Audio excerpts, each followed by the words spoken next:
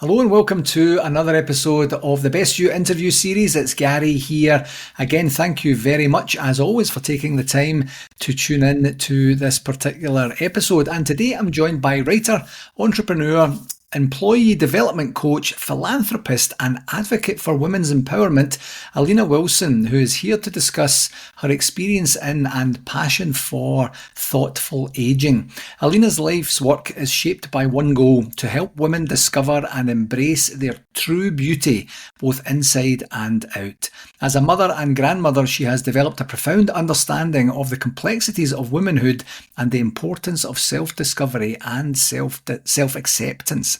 As a successful entrepreneur, she has mentored dozens of women and in 2007 founded Bridgeport Laser and Wellness Centre. Growing Bridgeport into what it is today has proved to be the ideal container for Alina's life skills as an employee development coach. She is also a dedicated philanthropist, serving on the board of directors for the Portland-based organisation Gather, Make, Shelter. Alina's book, Thoughtful Aging: Restoring Honour to the Aging Process, is dedicated to the woman who longs to love her reflection and to break free from shame and judgment. Such a profound way to say it. Alina, thank you very, very much for joining me today. Thank you for having me. It's a pleasure to be here. It's absolutely my pleasure, for sure. So, a very wide and varied background and journey that you've had. So let's start with the journey thus far. Specifically, what sparked your passion for helping women age in a more thoughtful, intentional, and, if I could say, kind way to themselves? You know, I've always had a passion for fashion and industry and beauty, just going back to a very young age. And so when my former husband, who was a family practice physician, came to me in 2006 and said, "Hey, the medical system is broken and I really want to open a cash pay aesthetics practice," I was all about that because I love working with women and I love working in beauty. And I saw a real opportunity to honestly, selfishly explore this industry from a personal standpoint. Once the clinic got up and running, I quickly realized that we as women collectively, for as strong as we are and as smart as we are, we still are living with these gaps that have been societally determined for us, such as youthfulness equates to beauty. We lose relevance as we age. Aging is a difficult process. All of these narratives that we've been taught as women, I really found no truth in those once I got into these beautiful one-on-one conversations with women and realized the gap really is in being able to see each other's beauty, but not see our own. And that's really what got the ball rolling for me when I recognized that we've got a lot of work to do here, and what is holding us back. And what's holding us back is this narrative that anti-aging is attainable and something to be achieved. And it's inherent in the word itself, anti. It's not attainable. And so why are we chasing this thing that we're never going to get? And what's the alternative to that? And that was really the genesis of this idea for thoughtful aging and restoring honor to the aging process. Yeah, it's so fascinating for something, if I could say, so common. You know, everyone is aging every single day. We are aging as we're recording this podcast. To have such a narrative, as you say, such a stigma around that, where do you think it came from? You know, in terms of youthfulness, you know, equates to beauty, and, you know, aging is something that's somewhat frowned upon, not spoken about, not celebrated, things like that. Who created that narrative? How did it come about that it just became somewhat accepted within society, do you think? I think life experience determines all of the things that we believe about ourselves and about others. And I know in other cultures, in Eastern cultures, aging is viewed a lot differently. It's honored and it's revered, and yet here we are. I think responding to what real life experience has told us. When you have ageism at work, the older you get, the less relevant you feel, and then you internalize that. When Mhm. you have, you're in a marriage situation as a woman, your husband leaves you for a woman 20, 30 years younger than you. That's Mhm. a real life experience, and it's really difficult in those situations to not internalize that as a deficit. And then you've got all of the messaging that tells us that youthfulness equates to beauty. Every commercial, every TV ad promoting anti-aging. It's an actual industry. Yeah. And then there's things like the American Academy of Anti-Aging, making it seem legitimate, like it's a thing that we're supposed to be pursuing. Yeah. And what most people don't realize is that's not even a board certified academy. It's just two, I'm sure, very intelligent older white men who woke up one day and said, let's do this thing, and get a lot of money from doctors to be part of it. Yeah. And so doctors pay into being part of this Academy of Anti-Aging. Um, and I'm sure that there's a lot of really relevant things that happen within that, but there's no board certification for that or legitimacy to that other than you're joining a club. Yeah. So, how many clubs do we have to join to feel like we are aging well or doing something to benefit ourselves? And the truth Yeah. of the matter is, if we could just shift our medical system toward recognizing that as we age, we have options. Yeah. If you go to your doctor and they say, oh, hormones, yep, sorry, that's just getting older. Mhm.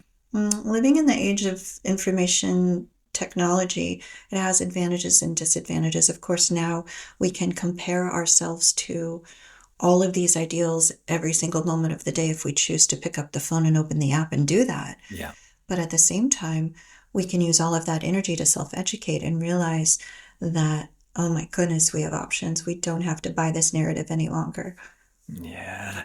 So powerful. One of the things you said earlier there, Alina, was in some cultures it's celebrated in terms of aging, other cultures not so much. And it made me think of, I teach at a local university here in Calgary, and the undergraduate class I teach, it's basically to help prepare them for their career. And, I try to impart upon them, there's the curriculum part, and then there's Gary's sprinkling of real life. And one of the things that I say to them, and it's not just in class, it's in other platforms that I have to be able to chat to people, is I don't understand why, as human beings, for the most part, we don't appreciate and celebrate where we are today. We're always grasping or grabbing for something that's sure to come in the future, and or celebrating what has already gone past. And rather than saying, hey, and in the context of this is, you're a new person in the organization, you don't know where the washrooms are. You don't know where the photocopier is, depending on the type and style of job you've got. And some people get really stressed out about that, and you don't understand the acronyms and the terminology and the processes and systems. Why not celebrate that to the point where you're saying, I'm the newbie, I don't know where I'm at right now, and really lean into it. And I really resonate with that in terms of what you said there, enjoying the age that you are, looking at your past experiences, with hopefully with fondness and gratitude for the journey that you've been on thus far, and looking forward to experiencing the various things that you're going to experience as you're going forward as well. Like, do you see with the people that you work with that there are struggles with the ability to say, it's kind of cool that I made it to 55 years old and I have all my faculties and I have a healthy family and I'm relatively, well put together, and I feel like, is there a like not a convincing, that wouldn't be a coach like thing to do, but is there an education that you have to do with certain clients to say, look at what you have? Yes, there is. And I think what you're talking about is returning to the present moment. Yes. And it's, if we're always looking back or we're always reaching forward, then we're missing gratitude for where we are and how we've landed in this very moment, in this space. And There's absolutely nothing wrong with wanting to change your appearance or just have a little more influence on how you age. I highly encourage that, but my encouragement comes from the perspective shift of doing it from a place of want rather than a place of need. Mhm. And that requires a certain integration of self, which in turn requires a certain amount of vulnerability and transparency with oneself. Mhm. All of us have things in our past that have influenced us, things that we're proud of, things that we're not so proud of. But yet here we are still standing and breathing, right? Yeah. And if we can look back on those younger versions of ourselves with compassion and gratitude and acceptance, then we can begin to look forward and become the person that we want to be by choice rather than not by reaction, which is a lot of us live by reaction. Something happens and we react Yeah. rather than pausing and taking a moment and making a conscious decision to either step forward or step back. And the aging process is very similar. If you wake up and you see a wrinkle, are you going to immediately call your doctor and go get a wrinkle treatment? Mhm. Or are you going to think about it and allow yourself to explore with curiosity, okay, where did that come from? Was Yeah. it from laughing or smiling or the difficult situation that let the, life I've just lived for the past year with a breakup or a divorce, really taking time to honor ourselves as we age and then choosing how we want to move forward in that aging. Yeah, I love what you said there in terms of taking taking a moment to think about it, to try and retrace the steps of what got to that point, to see if you're actually going to think about it differently rather than, oh my word, there is a wrinkle there, this will never do, to I have laughed so much in the last 18 months. Something was going to give at some point. This is a badge of honor, or whatever other frame of reference that people could use. Is that a practice that you would recommend that women do, or people in general would do if and when they have that moment of potential reaction? I think that's a vital component of growth Yeah. because when you can approach aging that way or your appearance that way, you're doing it from a very mindful and grounded space, Yeah. and that gives you autonomy. That's not a narrative or a society or commercial messaging telling you what to do. Yeah. That's you choosing what to do, and there's a certain confidence that comes with that, right? Yeah. In knowing that I did this thing, I made this decision to have this wrinkle treatment, and I'm not ashamed of it because I did it by choice. Yeah. It's it's what allows us to really step into a fuller sense of being because the decisions that we're making, whether we like it or not, are leading us somewhere. If Yeah. we're not consciously choosing where we're going, it's not that you're not going to end up somewhere. You're still going to end up somewhere. It's just, it might not be where you want to end up. Yeah. And so I'm a big fan of when a woman comes into the clinic and they say, I need to get rid of this and I don't like that. We say to them, okay, well, what's your best feature? Tell me what you do like. What do you like from, about this or what you're presenting today? Maybe they have sparkly eyes, or maybe they have good skin, Yeah. or maybe they like the way that their overall health and well-being is being managed through exercise and diet. I feel good on some days and not on others. We all have those days, but reframing and refocusing on what we like and appreciate helps us to take a step back from what seems like maybe a catastrophe or a crisis. Yeah. Adds perspective. Yes. Yeah, absolutely. Yeah. In preparation for chatting today, I was thinking about, I can't even remember what sparked it from our conversation we had before we recorded. And it was along the lines of, I wonder if there is anyone in the history of humankind who has looked in the mirror and been 100% happy with absolutely everything that they've seen. Now, I imagine there's a lot of vanity involved there, and there would be a lot of vain people that would be kind of, quite pleased with what's staring back at them. But if they were to say, stand fully naked in front of a mirror and have a look, regardless of what age, what fitness level, what work you've done with and for yourself, to get to that spot, I wonder if there's anyone that says I am 100% happy, tip to toe, of everything that's there, or even if the most quote unquote beautiful, perfectly put together person looks and says, oh, I wish my arms weren't as long. I wish my shoulders weren't as broad. I wish, I had a wee bit more tonality to my chin or my cheekbone or something like that. Like when you're working with clients and doing exactly what you described there, Alina, and saying, tell me something you like about yourself. Do you feel that, what would you say, reality shift or that emotional shift where they're kind of like, I didn't think I was going to be talking about that. I just want to talk about this one particular thing. And then it gives them a different experience in terms of what the whole experience is likely to be. Yes, 100%. We are problem solvers by nature. Human beings in general, I think, are problem solvers by nature. And a lot of times if we're not presented with an active problem to solve, we find one. And Yeah. that could be in not liking, a lot of times it presents as not liking the way we look or an aspect of how we look. A lot of times it's how we feel. We base a lot of our decisions and our emotions on how we feel. We have women coming into the clinic who say, I just want to feel, to look as young as I feel on the inside, right? Right.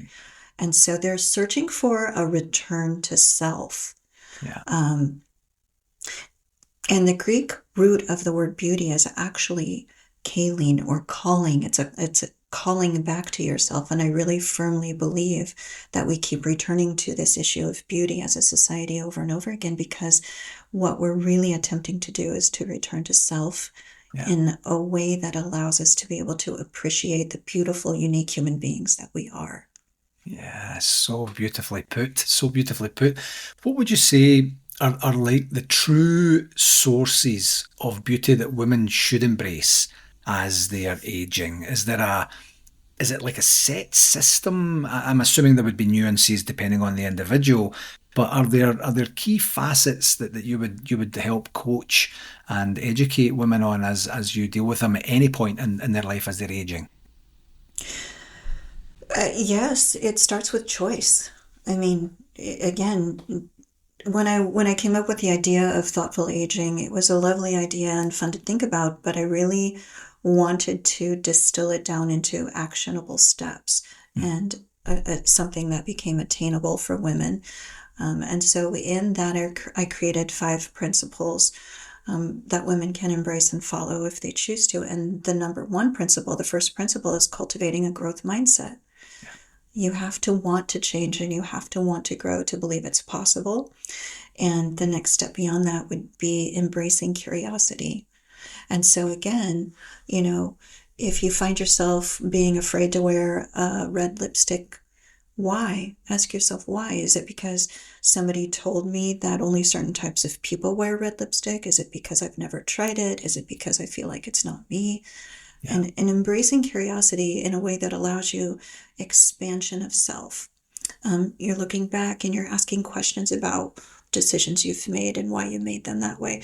That can open up a whole lot of emotion around guilt or shame, feeling like we need to be suppressed or to hide. Yeah. And so then the next logical step for me in this formula became practicing self-acceptance and compassion. And again, going back to really integrating our past into our present so that we can have a more impactful future from a place of choice and autonomy and full integration. Yeah. And so beyond that, then staying mindful and grounded, because those thoughts and feelings from the past and things that present themselves, and they're not all negative, but when they do, they really want to hijack our amygdala and take over our brain and say, Yeah. no, we're going to go back down this road because this is what's familiar. And Yeah. so being able to pull back from that and stay mindful and grounded then allows us to be proactive and responsible for how we age. Yeah, I love that. It's so, as a coach myself, it's so universal. A lot of those things, the ability to be able to really truly see, you can apply it to aging. Absolutely, you have done that very successfully. But in any perceived challenging experience in someone's life, using those 5 key components of the growth mindset, of the curiosity, the self-compassion, the mindfulness and groundedness, and then the proactive and responsible. It's simple to comprehend, difficult to apply. Sometimes, as you say, when the mind goes a wandering to, you know what, it's much easier if I just complain about this thing, or if I get stressed out about this, or if I just get distracted and go do something else that's not giving me the opportunity to live within myself. So one thing I was really looking forward to chatting to you about, was very, very powerful for me when we were chatting prior to recording, is a very, very powerful exercise that you do with your clients, where you ask them to make a list of the things that they love. Can you tell us more about this? Mm-hmm. Yeah. So one of the questions that I ask readers in the book, and people that I work with, is, if I asked you to name all of the things that you love, how long would it take you to name yourself? So many times we set ourselves aside, and there are times in life when that's called for. When you have small children, when you have responsibilities, you do need to step aside for a moment. But it becomes quickly a lifestyle for women, I think, where they just then habitually set themselves aside and do everything for others without really taking care of themselves in a meaningful way. Yeah. There was a period in my life where I couldn't even make eye contact with myself in the mirror. It was too painful and Really? too, I felt, and it was just me. Like it wasn't, it was just me not being able to be transparent and vulnerable with who I saw in the mirror, with my own reflection. I had married young. I was raised in a very conservative Christian household, so I did all of the things I wasn't supposed to do. And in that, there was this layer of religious guilt and shame that I had carried with me. Even though I appeared very confident on the outside, Yeah. and was raising 3 children on my own from a very young age in a marriage that didn't last, working 2 jobs and 3 jobs, I'd been caught up in a cycle of survival. Yeah. I had never, until the age of 30, 29 or 30, really ever stopped to look at myself in the mirror, in my own reflection. One day I did, and I realized I couldn't do it. I couldn't look at myself eye to eye for more than a second or 2 at a time. Yeah.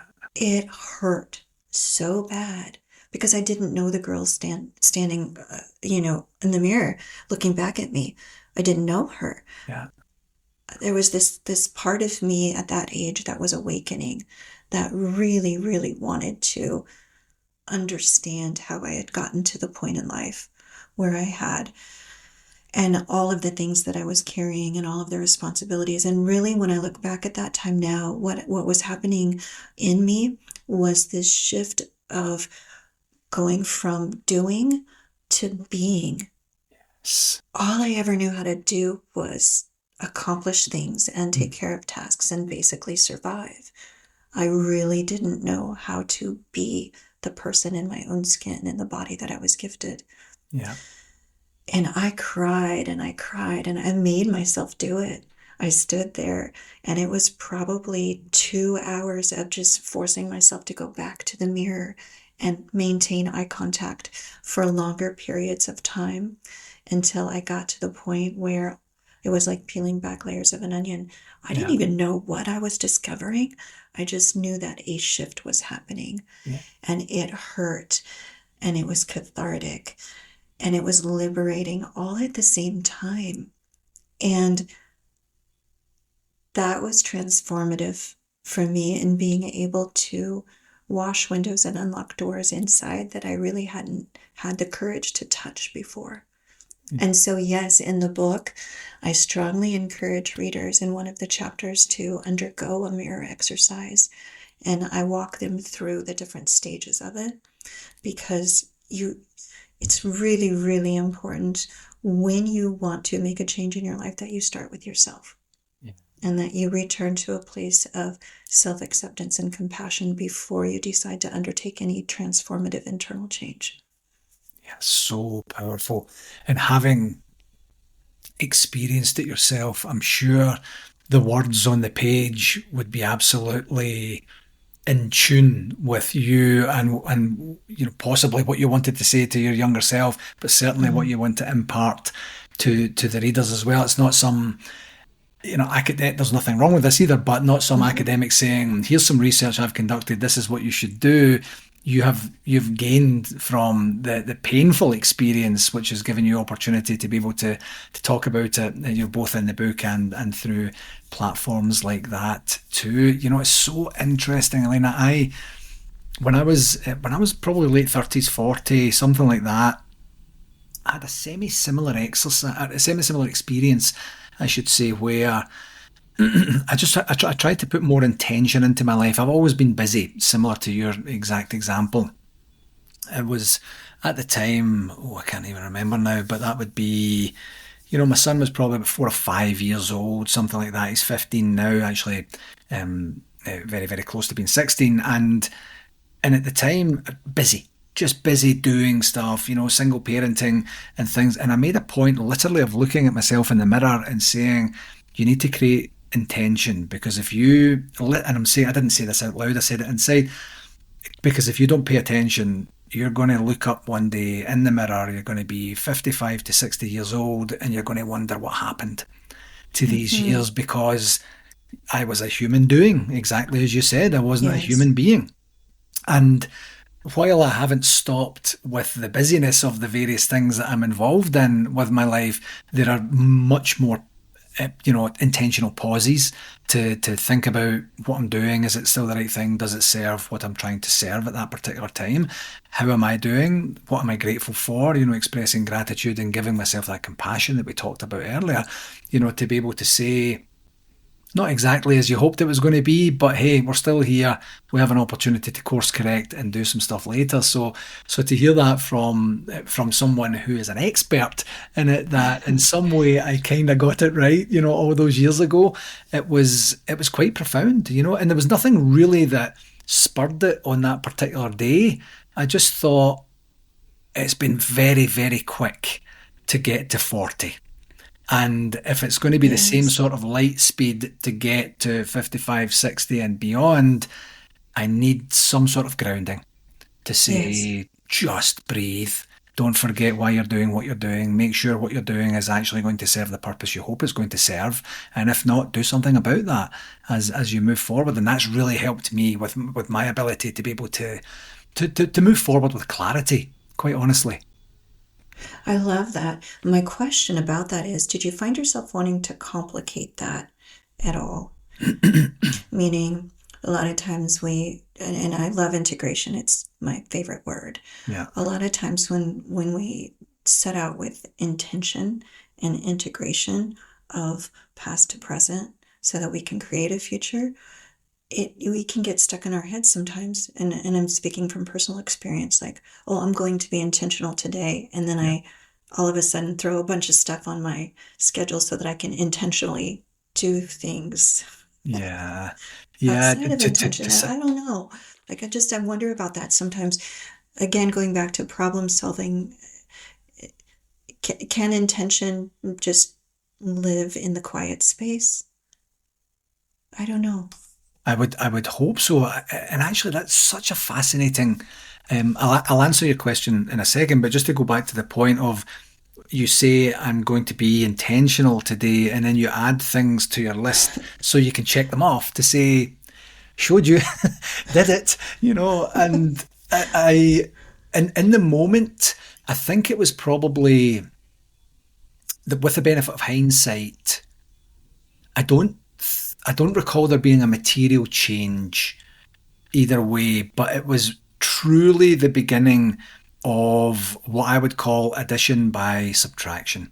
Really saying, Mm, there are things that there are things that I do, there are things that I like to do, there are things that I really like to do, and there are things that I love to do. And that was really the beginning of saying, what are each of these things? What bucket are they in? Because I can then say, you just like to do this. So one, does it need to be you that does it? Well, does it need to be done? Does it need to be you that does it? What would happen if it wasn't you? So it gave me a little bit more of the early stages of grounding to say I need to start removing things to my life to add to a more fuller experience for me. So then therefore the subtraction by or addition by subtraction, I should say. So it was nothing materially changed that day other than I literally remember it happening, and I don't have a great memory in general terms, but I vividly remember, and it didn't come from anywhere. I literally just get out the shower. I had some music on in the background, and I'm just thinking, this is kind of cool. And it was a Saturday morning, and I think I was getting ready to go out and maybe have a couple of beers with a friend or something like that. And then I just it seemed to be the perfect moment for me, not under duress, where my subconscious said, "Hey, listen, while I have you, here's something you might want to think about." And I paid attention, and it wasn't like a long, profound exercise. It was just kind of, whoa, okay, right, yes, of course, that makes sense. How do I do that? We don't need to figure it out right now, but just keep this in mind. And not many days go by where I don't have a fleeting thought of that grounding exercise that came to me just all those years ago. Wow, thank you for sharing that. I think that's very impactful, and I've never heard the addition by subtraction before, and that makes so much sense to my logical brain because I Yeah. want things to be linear, but they're not. But No. I really like that. And I would say that you know, I've heard it said before, what you seek is what you see. And so when we allow ourselves those moments of pause to be able to receive that information, I think it's really important going forward to trust that we will always have those moments Yeah. where we receive information. It's just a matter of, are we paying attention? Yeah. Because there's no individual on this planet who is being kept from awareness Yeah. and information. All of us have access to it at varying frequencies, right? And so when we Yeah. can elevate our frequency to the point where we're open to it, if what we seek is what we see, they will flood into us at the right time in the right space. Yeah. Completely agree. And back to the academic experience I was chatting about earlier, I say a version much less eloquent than you just said there of that to say you already have the data. You Mm-hmm. already have the information. It's all around you all day, every day. And I think I'm going to add the word frequency to that because I think that would be really meaningful for the next cohort to be able to say, you get to choose. You don't have to go seeking or searching for this. If you just pay a different type and style of attention, you will have that information about how you act, how you react, how you want to be in a moment versus how you actually are in a moment. And you have information. My line that I use is, you now have information you didn't have before. What are you going to do about it? And Yes. and some people will just kind of say, you know what, I'm not ready yet. I acknowledge the fact that it's there. I'm just going to push it down. I'm just going to leave it for a wee bit. And other people will kind of get curious and say, tell me a bit more. And some other people will dive in and they will say, it feels like the right type and style of conversation to be having right now. I'm ready. I would, maybe there's the angst of, oh, why didn't I know this 10 years ago? It wasn't the right time or opportunity or frequency to have that conversation to make it as impactful as it's going to be now. Embrace it, enjoy it, be thankful for it, do something with it, and move And on. like you just said, when you got your moment of awareness, you didn't know what to do or what to do with it. You just knew, okay, now it's here. Yeah, And you gave it space to reveal what that meant to you, yeah, was revealed to you in the following days and obviously months and years now too. yeah, yeah. And I felt so grateful, and it didn't alter my mood in any way. I was kind of like, cool, off I go. The music was still on, but I knew in the moment that it was indeed a moment. And just you have those that now and again some things can be a bit more, if you could say, incidental, forgettable, where you're in the moment, you're appreciating it and you're absorbing it and you're being present, but it doesn't last or live with you forever. That wasn't its intention at that time. This one, I knew it was a biggie, and I thoroughly enjoyed it, and I feel so blessed to actually have the conversation with you today about that, because I haven't really talked to many people about that. I've talked about it in casual conversation, and it doesn't land really. People are kind of like, cool, okay, if you like. So in terms of back to your typical clientele, which is of course is women.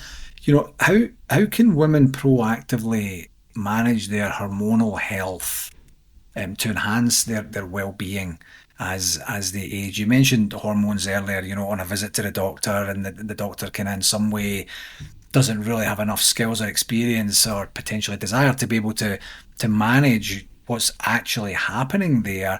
Is there a different level, type, and style of ownership that women can take as they're getting older to be able to have an educated conversation with a medical practitioner if and when it gets to that point? Is that the main basis of the book, to prepare women for those eventualities? We do. Thank you for asking about this. It's such a big ball of yarn, this hormone thing, um, because I feel like as women, we're just out here on this island by ourselves, fighting against an archaic system, who's relying on a Women's Health Initiative report from decades ago that wasn't even accurate when it came out. Medical doctors in their training have at most 3 hours of dedicated training to women's hormones. Yet here we are as women, and it changes our entire lives when we hit these ages. So Yeah. I found that there are different groups of women when it comes to hormones. The somewhat younger groups who are aware of it, but really in denial about it. The women who are just beginning to feel the struggle, the tiredness, the mental fog, and they're thinking it's their kids or their work or their stress. And then there's the women who want to do something about it but don't know quite what to do. Yeah. And then there's the women who are like, oh, I don't need hormones anymore. I'm over it. Yeah. Boy, so first thing we have to do as women is educate ourselves. And so the last part of my book, I actually hadn't intended on putting these 2 chapters in, but I feel like it's so important to the aging process for women that we really, really have to pay attention to this. And again, make our decisions, informed decisions from a place of choice. And so I've included information. One of the best things that women can do from age 20 on is get a baseline hormone panel done during every decade. Right. Because the day is coming where hormones will significantly change your life, or rather, the lack of hormones will significantly change your life. It doesn't happen always for every woman. It's typically anywhere from 45 to 60. Yeah. I had a hormone deficiency at age 35, but I didn't know it because I was raising children and starting a business and managing a marriage. And I just thought that's life, because so many doctors will just tell you, well, that's just life. But is it though? So that's when we go back to our baseline hormone panel to see what's changed from age 20 to 30, 30 to 40, 40 to 50. Yeah. There's also a language that hasn't been developed yet, and we as women collectively have a responsibility to create this language for our medical providers. And what that looks like is in reclaiming our autonomy in aging and not outsourcing this to doctors who really don't understand us as women in general. And I've been on both sides of it. I've been on the provider side of it, where I have more of an understanding, and on the patient side of it, where I'm told, well, stop spending so much time on the internet, you're fine. Yeah, but I'm not fine. Yeah. But so how to recognize red flags in your doctor, how to build a team of care providers around you that can help you age the way that you intend to age and want to age. Self-educating, what does that look like? Where do we go for resources? And to kind of get women started, I've created a free aging assessment which they can access at thoughtfulagingassessment.com. Basically, it's just a fun little test that will help point you in the right direction as to what type of a care team will work best for you. Are you more natural medicine, Eastern medicine? Do you like the blend of Eastern and Western medicine? Do you want science-based approach? Who are those providers and what titles do they hold? And what questions do you ask when you get in front of them to see if they're even the right provider for you? So all of this takes time, but it is so worth the effort because, again, we don't need to be outsourcing this aging process to people who don't understand us. We can invite them to participate in the aging plan. I mean, for heaven's sake, anybody who has a baby knows that you have a labor and delivery plan. You don't just show up at the hospital and say, do whatever you want. I'm going to listen to everything you tell me. No, we become experts on our own bodies for the sake of our children. Why aren't we doing the same for aging? We need to become experts in aging for the sake of this younger generation coming behind us. You know, I'm so glad you mentioned the care team, you know, because it was a new concept to me when we chatted previously to kind of thinking about the couple of things. One would be the main parts or bodies of the supports that you need at various points in your life as you move forward with intention to give yourself what you need. But the most important part for me was you don't have to do this alone. You know, there are other resources, supports and systems out there that can give you that opportunity based on research, based on experiences, based on, you know, the way that society is today and such. And so I'd love to, if you could just spend a couple of minutes talking through the not the typical care team, but the premise behind the care team and why every woman should have a care team as they thoughtfully age. Absolutely. So for me, I have a medical doctor who I go to when I have science-based questions. Western medical doctor, I go to him when I want to know about you know, the muscle that I tore in my left calf walking through the airport. You know, that's who I'm going to go to. I'm not going to go to my OB. But I'm going to go to my OB when I want to talk about things like if I'm exploring birth control or if I want to get, you know, cancer screening. You know, she's gonna take care of me for all of those things. I go to my naturopath when I find myself struggling to get out of bed because I'm too tired and I'm not sleeping well. I'm going to go to her and I'm going to say, oh boy, what's shifted maybe where I need to take a look at things? Is my testosterone level dropped?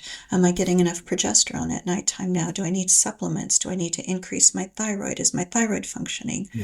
And that's, for me, I go to a chiropractor because if my body is out of balance, I'm out of balance. And I'm not going to these people all the time. I know that cost is a factor, and it is for me and it is for everybody. But you have relationships with these people so that they're there when you need them. You know who to call because you've met them, you trust them. They've provided care for you. And when you need to add somebody new in, you make sure that they're all cool with working together. You know, my medical doctor is cool with my naturopath. He doesn't think she's a quack. My naturopath has my medical doctor's numbers so that they can talk about me if they need to. They both have permission. They all have permission to talk about me to each other. And that's important to me. They have to be willing to collaborate. It's a team. We're not individual players. This is a team here. And I'm paying them to do this. So it's not like they're doing this out of charity. Y'all are working for me. And this is how I want the team to work. I'm in charge. Right? But I also don't abuse this. And I also only call them when I need them. And I only ask for what I need. And I trust them to tell me the things and answer the questions that I don't know how to ask. And it's so great. I was jotting some notes down there. I think it's such a powerful topic because I imagine if someone's saying, I wouldn't even know where to start to build a team, look at what you've done thus far. You probably have the key foundational elements there already. and it's more, I know I keep using the word intention today, it's more intentionally connecting the dots with each of them to say, I would like you to communicate with each other. There might be something I'm missing. You get a chance to take a step back or a half step back and look and say, I actually don't have anyone who helps me with my nutrition or who helps me with my physical ailments, in terms of physiotherapy or chiropractic services or things like that. The information's there. You now have information you didn't have before. What are you going to do about that? And as you said, you're not drawing on these resources every single day. You just know they're there and they will function as a team when you need to call upon them as well. So hopefully it doesn't sound too onerous, or if you haven't built a care team already that you're thinking, I have no idea where to start and I've nowhere to go from here. I've missed the boat and it's too late. You probably have the key elements in place already. I think so. I agree with that. And you just start with one, and then you can ask.